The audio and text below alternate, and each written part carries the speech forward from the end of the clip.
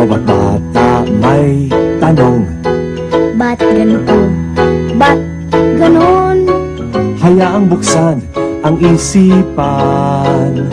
Sa science o agham, tayo na sa sinueskwela.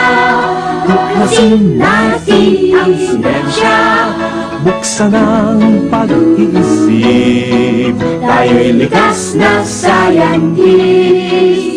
Tayo na sa sinueskwela. Tuklasin natin ang siyensya.